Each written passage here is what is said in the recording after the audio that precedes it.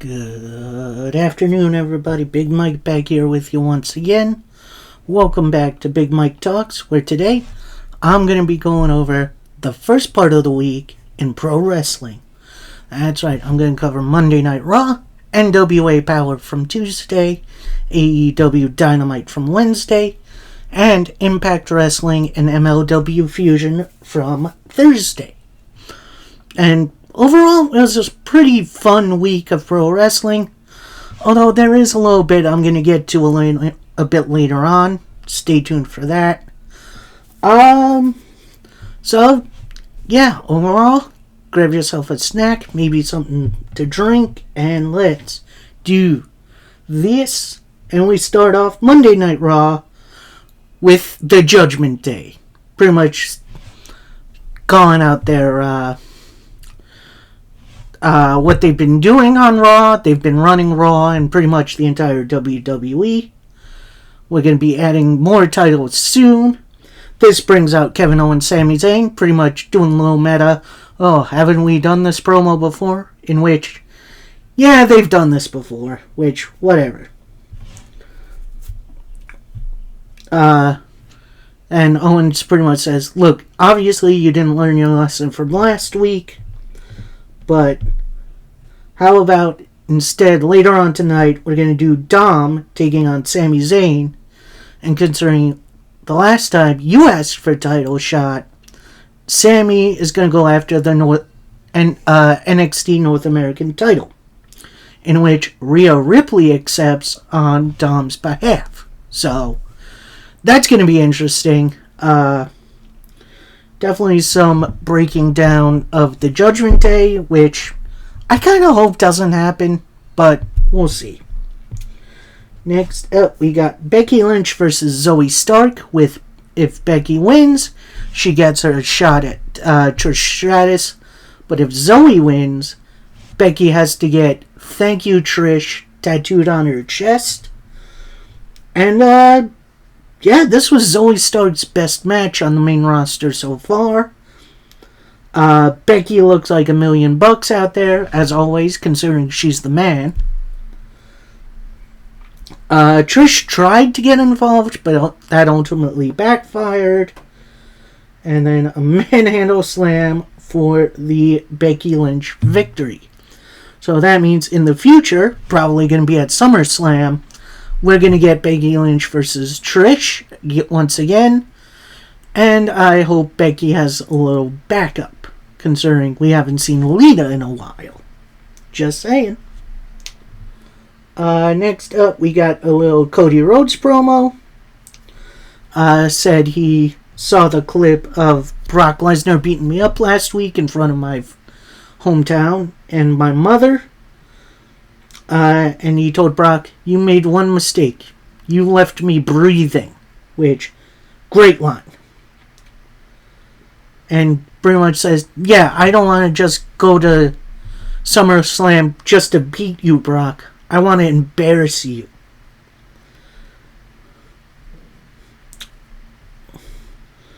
And it's pretty much what you deserve. And after this is going to be me pinning the final paragraph on the Brock Lesnar chapter of my WWE return. Which, I'm going to say this. I like Cody Rhodes promos. They're a bit too one-sided. Like, I think this is the issue with the part-time guys feuding with other people when they're not there. Like, it doesn't work. It kind of feels like they're just talking to themselves, if that makes any sense.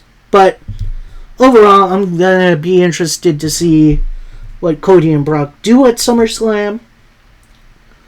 And, I think there's going to be a stipulation added, which could possibly come next week, considering next week is the go-home week, which is crazy to think about.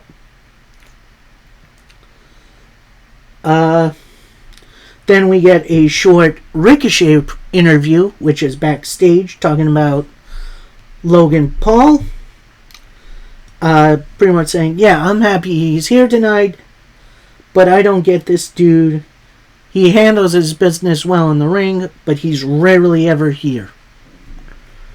And at SummerSlam, I'm going to beat some sense into it. Although, I think that's revealed later on.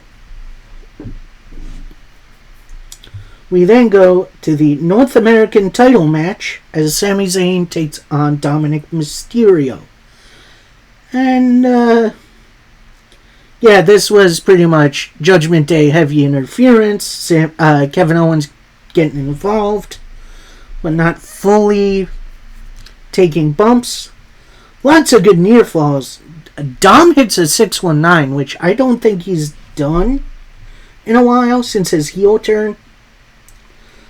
Dom then hits the Three Amigos in a frog splash, in which Sammy gets his knees up. Then about halfway through, the Judgment Day and Kevin Owens get thrown out of the match. Kind of near the end, they come back out with Owens kind of holding his arm, so I do believe he's getting written off at some point, so that's that. And then Sami Zayn gets distracted by the beatdown. Dom Mysterio with the roll-up. And your winner, still NXT North American Champion, Dominic Mysterio. In what was a decent match, but way too much interference. And then we get a Shinsuke Nakamura / Tommaso Ciampa backstage thing, with Ciampa pretty much taking the lead, pretty much saying, look, I got business to handle tonight with Reed. If you come out there and try anything, then we've got business. We have Judgment Day walking around backstage. Then they run into Apollo Crews and Akira Tozawa. Crews pretty much says, look, you're picking the bones of everyone. How about you try it with me? That sets up Damian Priest versus Apollo Crews, which we'll get to. We then get Bronson Reed versus Tommaso Ciampa in what was a great little big guy versus kind of technical guy match, which it really worked. They worked really, really well together. And then, of course, out comes Shinsuke Nakamura. He doesn't get directly involved. Ciampa sees him, gets a big old elbow to the back of the head by Reed, who then hits the Tsunami for the win, which the Tsunami is my favorite finisher now. That's great for the man. I do hope we get something from Reed in the near future. Maybe a little push. Next up, we got a brief Liv Morgan interview. Pretty much talking about, Raquel Rodriguez, that she is hurt, but she will be back soon.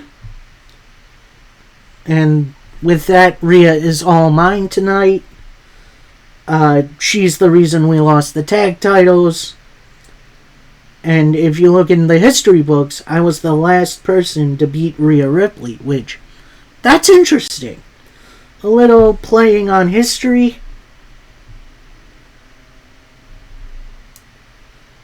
And there is no way I'm backing down from this fight. And then this brings in Chelsea Green and Sonya Deville, pretty much arguing, oh, why were you interviewing Liv Morgan when you can interview the champs? Interviewer pretty much says, look, I interviewed you guys last week. Now it's Liv's turn because she has a match with Rhea. And they start running down Rhea. Then Rhea Ripley rolls up and they completely change their tune. Pretty much saying, yeah, well, champs here, we all respect each other. We're gonna roll. Then we get Rhea pretty much telling the interviewer, look, I told Liv Morgan and Raquel Rodriguez to stay out of my business. Now you see what happened. So, this leads right into Rhea Ripley versus Liv Morgan. However, the match never gets started because Rhea jumps Liv at ringside and just starts going to town on Liv Morgan, including re-injuring her arm with a chair wrapped around it and stomping on it, which, ooh, that is rough. Not gonna lie, that was a rough attack, but we'll see what happens. We then get an Alpha Academy promo in which we see, Chad Gable mostly complaining, yeah, Viking Raiders. No one knows what a Viking Rules match is. You guys embarrassed us last week, but now we're gonna come out and take you on head on. Then Maxine Dupree steps up, pretty much says, no one puts Alpha Female in a corner, Valhalla. Next week, I'm going to take you on. So we're finally getting that match, although I do wish they would have waited a little bit. But whatever. Then we get a Ricochet promo. He calls out Logan Paul. Pretty much says, yeah, the reason everyone doesn't like you in the locker room is because you don't show up. You're not here. And you're a little prick.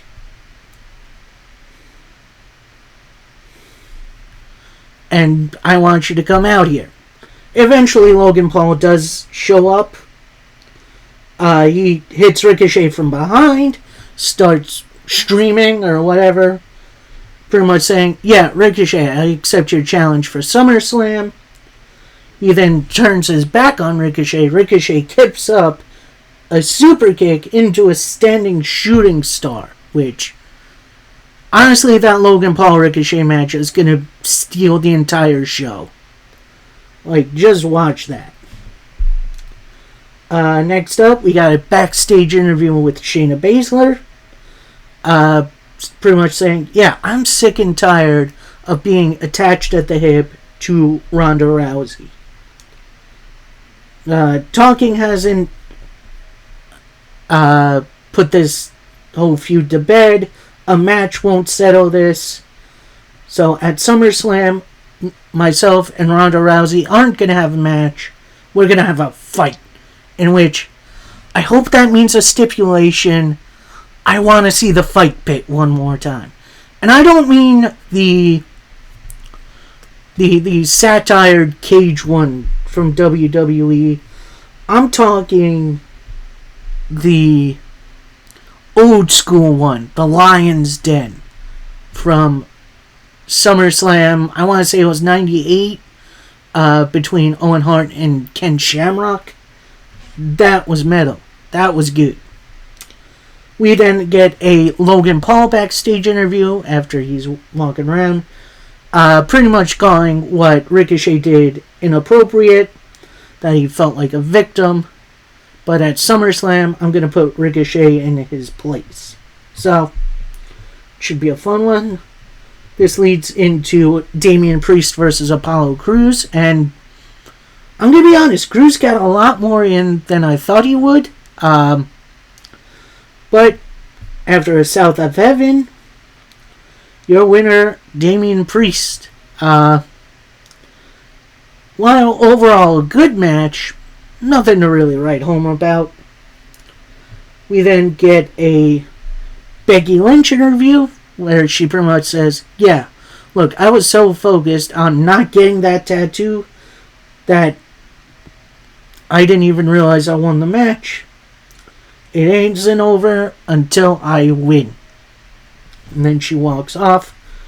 We then get a Gunther and Drew McIntyre face-to-face, which they pretty much set up their match for SummerSlam, which that should be a good one.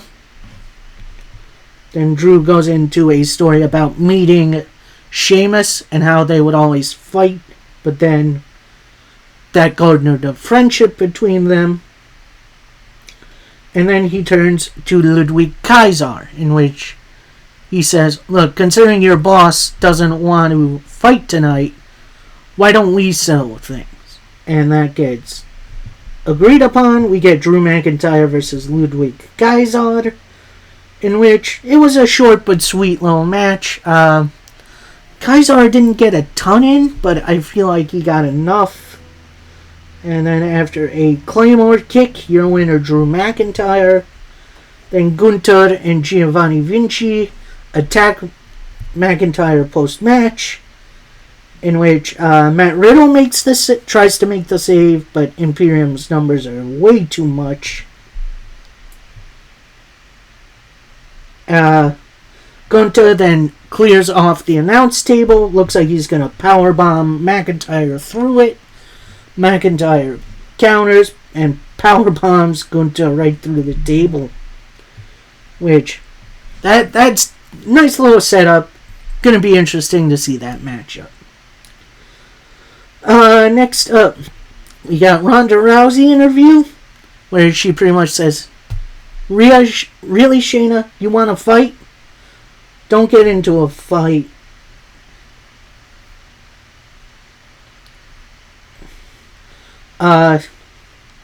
And she pretty much accepts Shayna's challenge and then walks off. Ronda definitely seems checked out at this point. Like, I do not know what's going on, but I guess she's checking out. We then get our main event segment, which is the Finn Balor Seth Rollins contract signing. Balor's out there. He gets on the mic, pretty much says, well, usually Adam Pearce officiates this, but considering how much damage Judgment Day has done, he's not here. So, Seth, why don't you come out here so we can handle this like men? Seth comes out. Seth signs it. Turns the contract over to Finn. Finn looks like he's going to sign it. Seth starts laughing. Pretty much saying, look, Finn, I know you want to get this monkey off your back, but there is a 0% chance you're taking my title at SummerSlam. I know it, you know it, the people in the arena know it, and the people watching at home know it. And then at SummerSlam, I'm going to beat you, and then everyone's going to sing my song. Crowd starts singing this tune. Then Seth continues, look, even if you do win, you got Damian Priest waiting in the wings. And I'm going to call it right now. SummerSlam is going to be the end of Judgment Day. Finn Balor then signs the contract, gets back on the mic. Pretty much says, look, Seth, you think you'll run Monday Night Raw because you're the champ, but Judgment Day do. And losing that match against you at SummerSlam 16 gave me that 7-year itch. But this year at SummerSlam, I'm going to make you my 7-year bitch. Which, great line. At that point, the rest of Judgment Day surround the ring. Shield style, which, that's a nice little detail. Seth Rollins starts fighting them off, but the numbers are too great. Sami Zayn comes out with a chair, starts hitting some chair shots on Judgment Day, but the numbers game is way too much. Judgment Day then clear the ring. A South of Heaven for Seth Rollins. A Razor's Edge, a Frog Splash, and a Coup de Grace, which, that's a hell of a combination of finishers.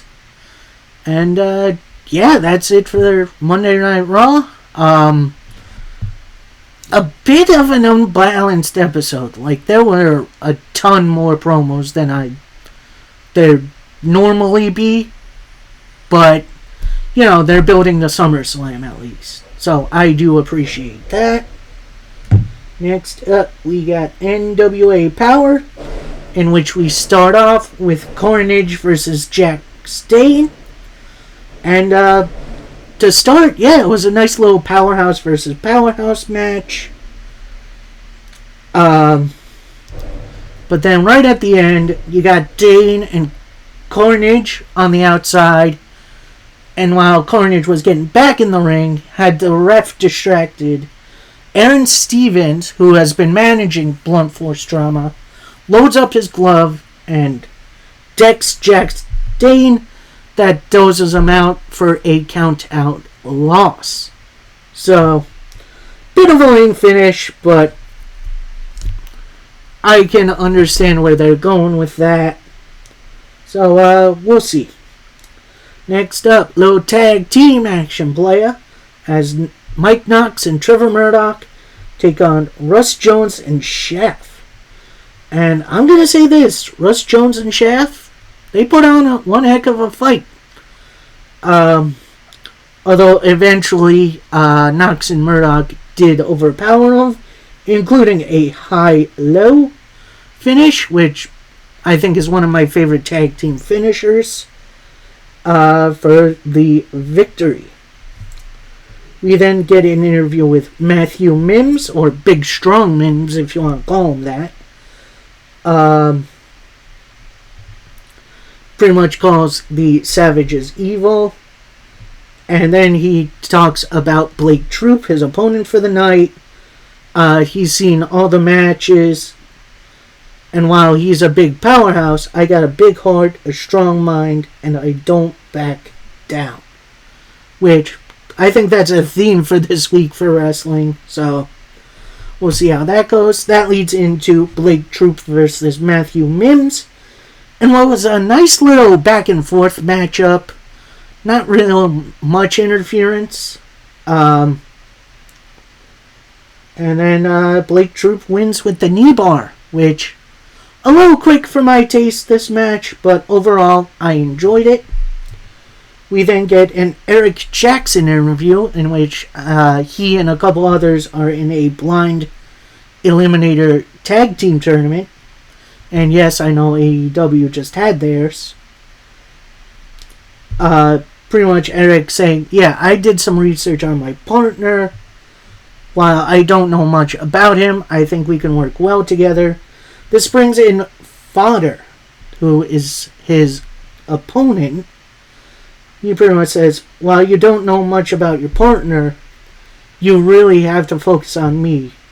No, I destroy everyone standing across from me, and next week will be no different. This leads into our next match, which the United States Tag Team Champions, the Country Gentlemen, take on Jordan Clearwater and Odinson in what was a very, very good technical matchup. Odinson bringing out the power. Clearwater, healing it up a little bit more, but overall, both sides did really well working together. But in the end, after a big boot and a pounce, your winners, Odinson and Jordan Clearwater.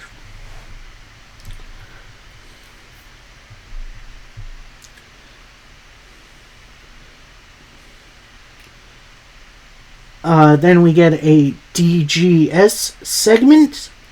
It is revealed Tyrus has been out with injury, which is why he hasn't been on an episode since the Crockett Cup. We then get a short meeting with Tom Latimer, asking about the TV title. This brings in Camille, who calls calls for Tom to beat Tyrus, which I would not mind that. We get a short but sweet Dak Draper interview, pretty much saying, yeah, after the match against Blake Troop, Mims is getting the best care. And next week, in this triple threat, I get to prove that I can hang with the best. So, that should be a fun one. And Find Alamo, our main event for NWA Power, It's the junior heavyweight title on the line as Matt Vine challenges Kerry Morton. And I know a lot of people aren't too impressed by Kerry Morton. This was a dang good match against a relatively unknown entity in Matt Vine. And honestly, Matt Vine really brought it. But after a kiss it goodbye and a show stealer, your winner, still junior heavyweight champion, Kerry Morton. And that does it for Power. We then go into AEW Dynamite. We get start off with a little vignette from Darby Allin and AR Fox and their history together, which leads right into our international title match, which is AR Fox versus Orange Cassidy. And honestly, this was just a beautiful match to watch. Maybe not a technical masterpiece, but it was dang close. They hit each other with their biggest moves, but after a roll-up, your winner, Orange Cassidy. And post-match, Cassidy gives a pair of his sunglasses to Fox, who then snaps it, and then starts beating down Orange Cassidy. Then Darby Allin comes out on the ramp. They look at each other. They're yelling at each other. And then Mox sneaks in the ring and attacks Cassidy. In which, this feud is going to be a little interesting. I mean, Cassidy versus Mox. Who thought we'd be seeing that in 2023? Next up, we got a Chris Jericho Don Callis interview, in which Callis reveals he has arranged a tag match with Jericho and Kushida, Takeshita, not Kushida, as they take on Daniel Garcia and Sammy Guevara, in which, as soon as that's announced, you can see the color flush from Jericho's face. It is then revealed that Don Callis has commissioned art of Callis and Jericho together, and it's exactly what you think it is. And Jericho pretty much says, look, I can't just carry that around with me all night. What are we going to do? Callis then says, yeah, I know the perfect spot for it. In which we'll get to that a little later. We then get a promo with the Blackpool Combat Club, pretty much calling out Pac, pretty much saying, yeah, you don't mess with the Blackpool Combat Club and don't expect some repercussions.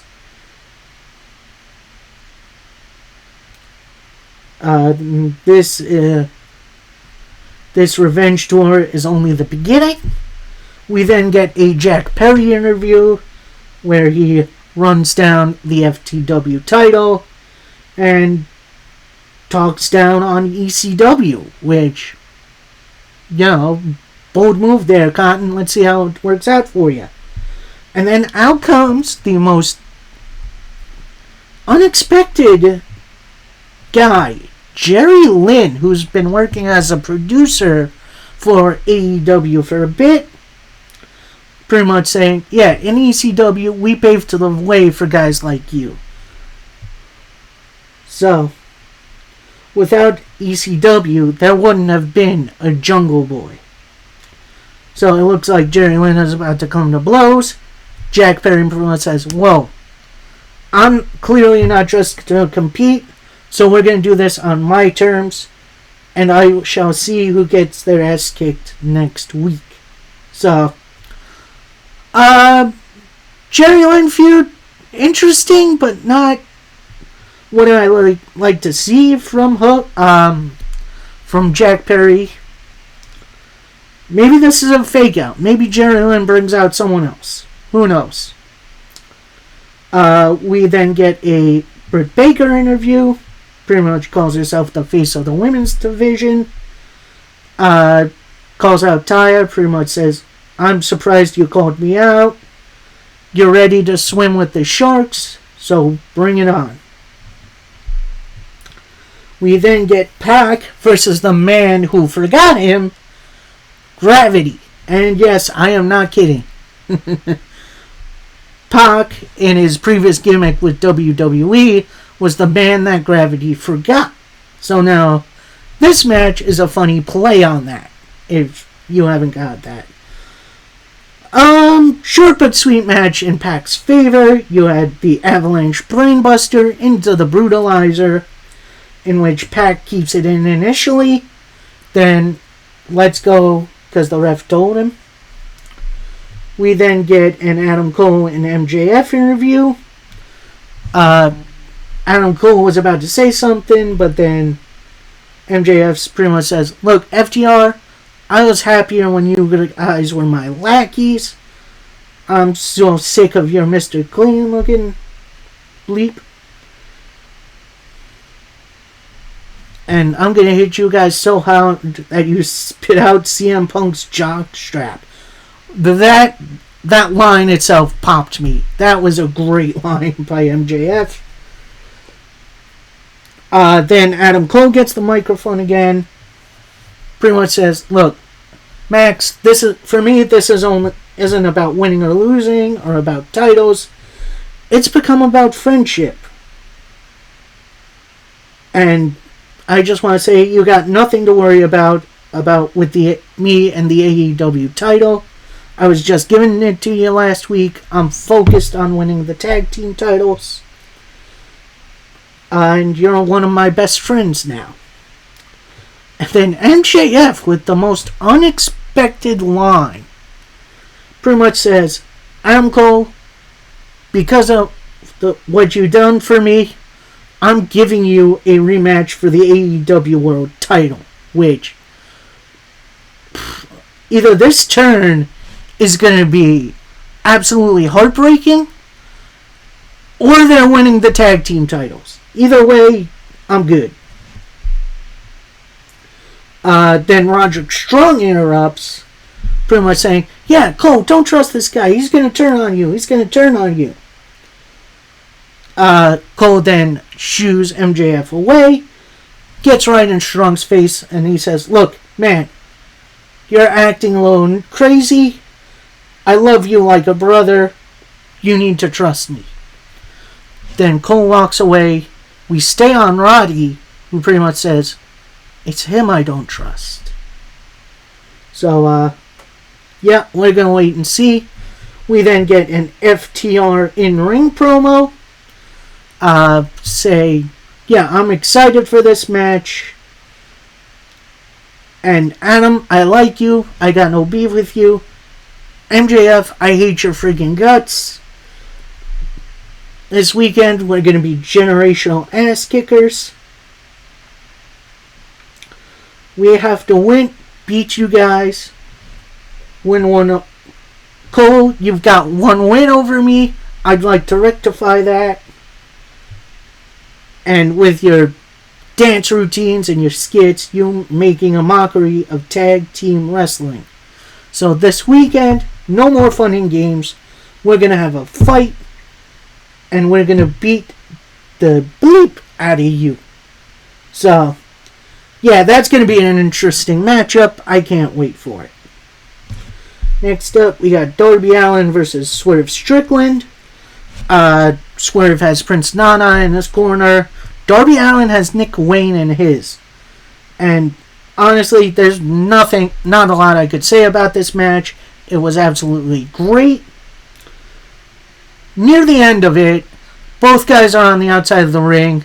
Swerve gets back in. Darby is about to, before he gets assaulted by a hooded figure. And yes, we'll get to it. Swerve, he's the jet driver for the victory.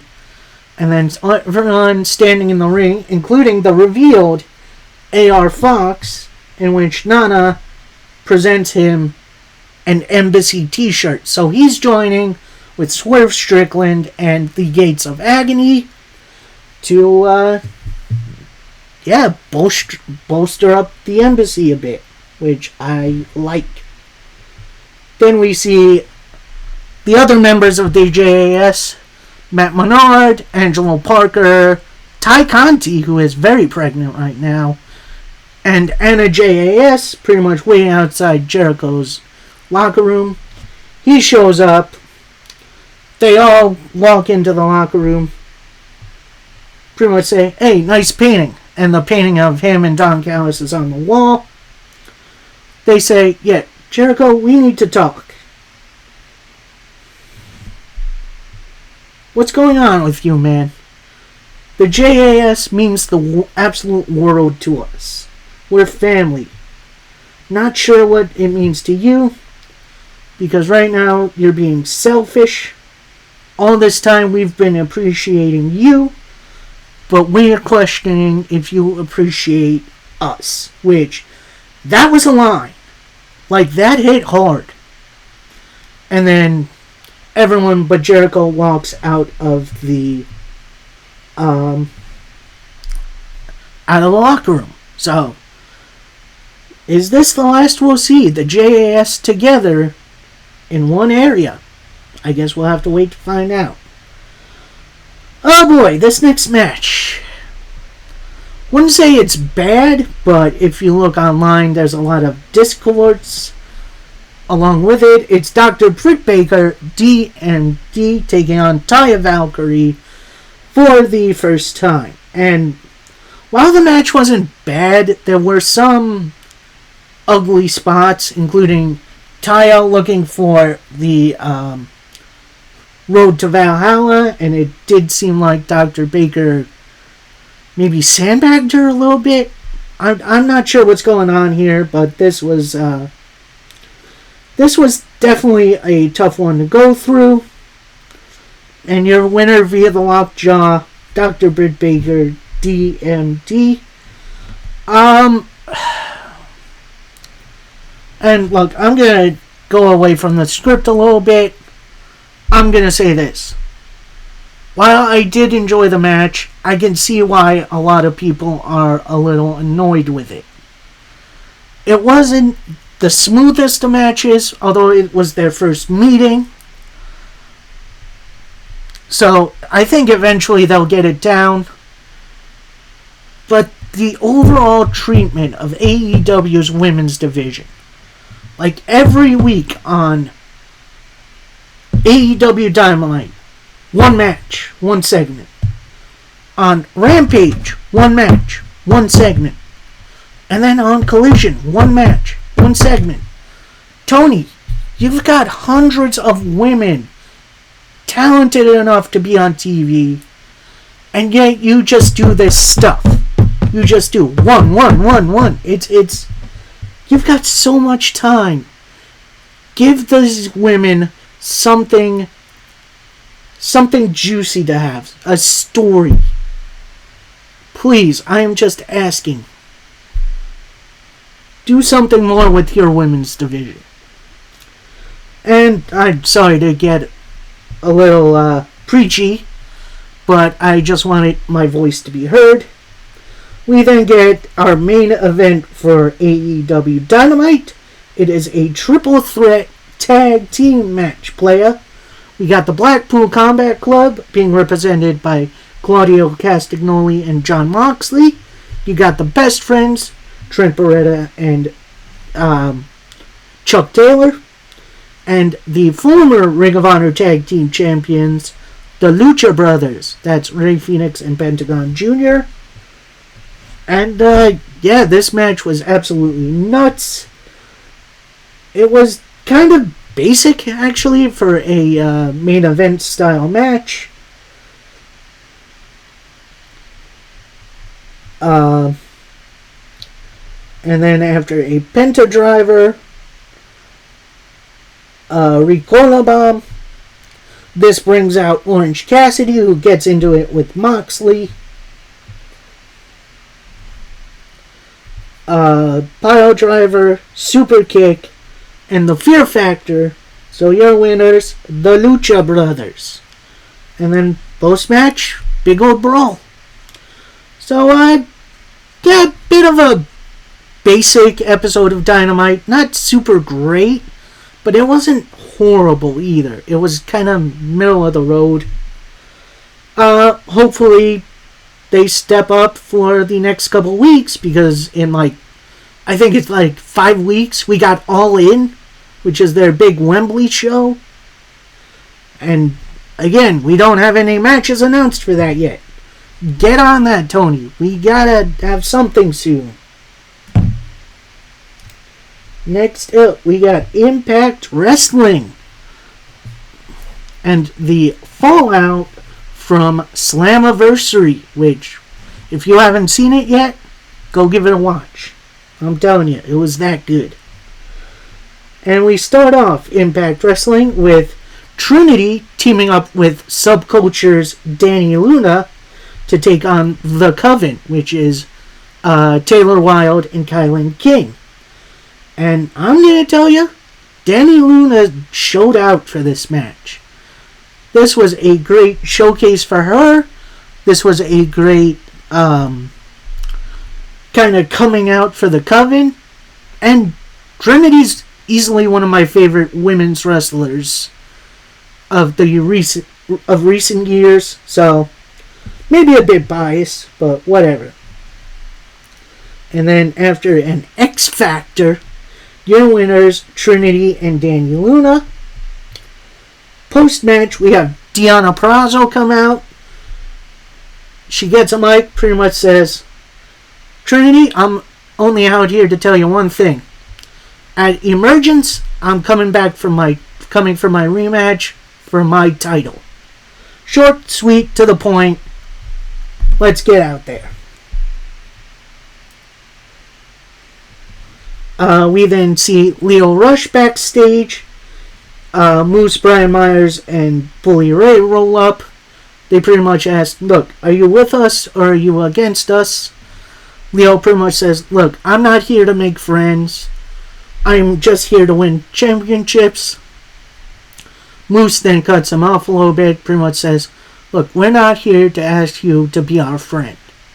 We're here to ask you to make the right choice. Points at the X Division title.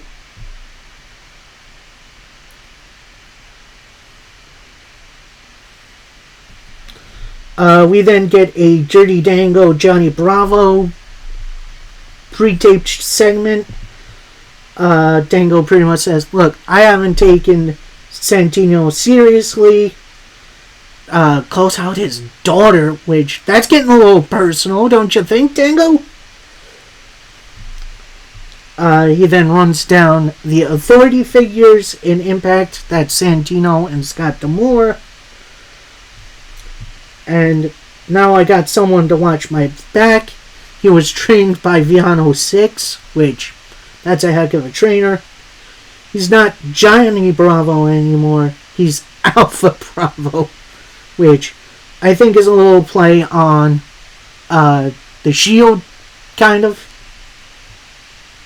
Considering he wears a chest protector like Roman and them used to.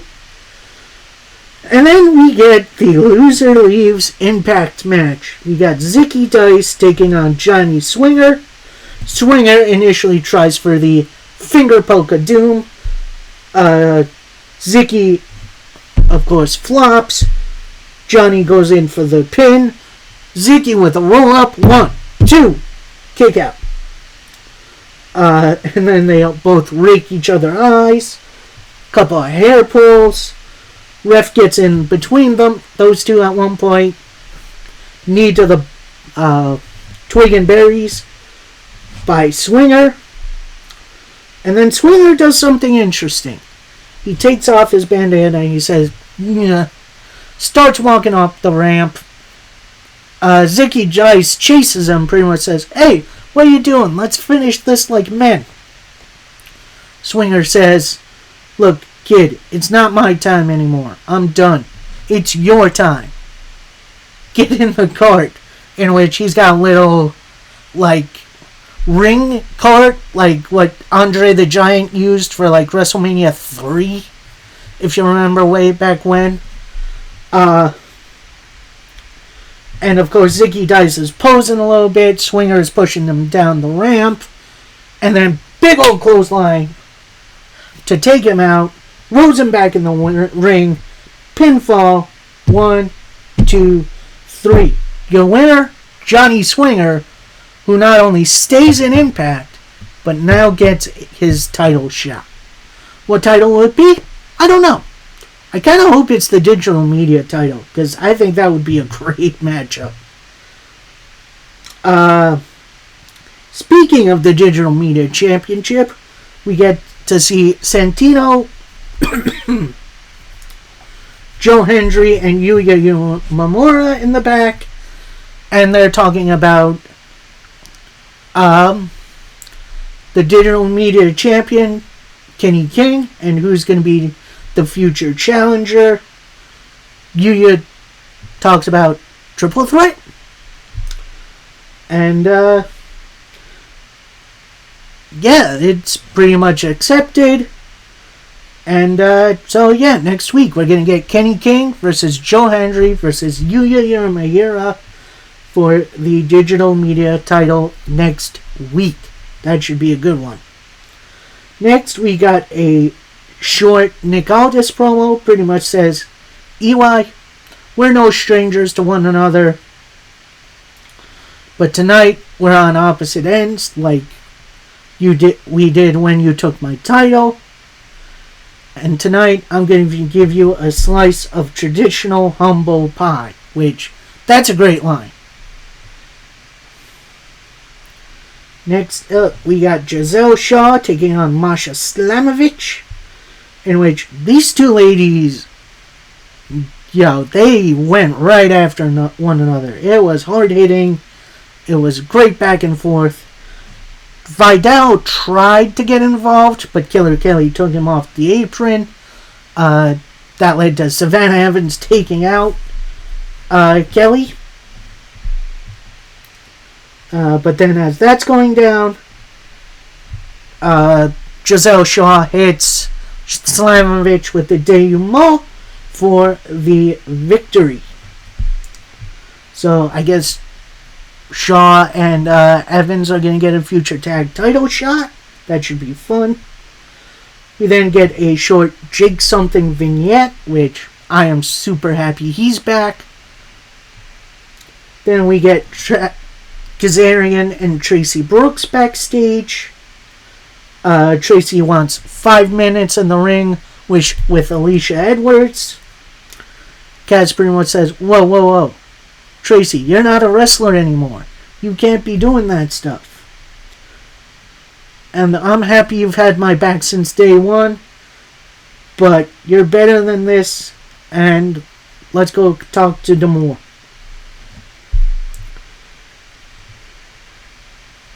Next up, tag team action players, as Moose and Brian Myers take on the Time Splitters. That's Alex Shelley and Kushida.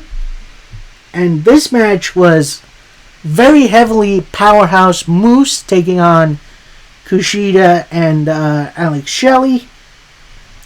When Myers got in, he got a bit overwhelmed. A lot of good tag in, tag out maneuvers. But then, after a roll-up by Shelley, your winners, the Time Splitters. And what was an excellent matchup. Post-match, Moose and Brian Myers attack the Time Splitters. This brings out Bully Ray to join in. Then out comes Josh Alexander in an attack that makes sense. This brings out Leo Rush, who goes after Alex Shelley. So he's made his decision. And this brings out a man who, I guess, suffered a kayfabe injury. Chris Sabin making his big old return, clearing out the ring for the faces. And these 8 guys are going to face each other at Emergence in a tag team match, playa. So that should be a lot of fun. We get an Angels vignette talking about his upcoming match with Heath. We then get Speedball Mike Bailey versus Zachary Wentz, and throughout this match, Trey Miguel tried to interfere. He does get thrown out, but he's like, oh, I'm not going back, I'm not leaving. Mike Bailey tries for the tornado kick that gets blocked. And then as Trey Miguel has the ref distracted, Zach gets a spray paint can, sprays it in Mike Bailey's eyes. Headlock DDT for the victory for Zachary Wentz.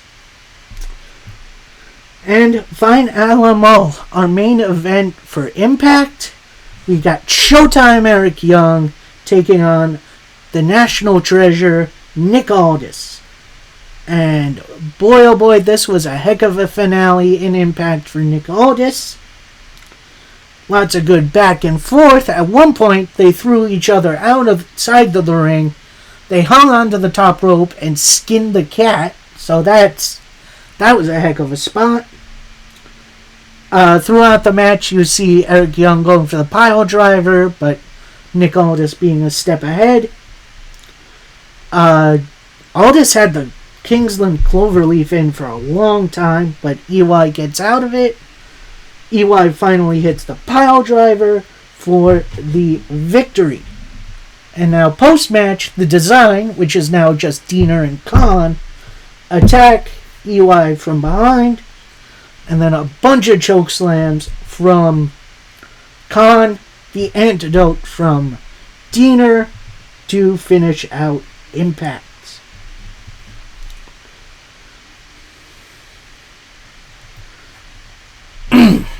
Excuse me.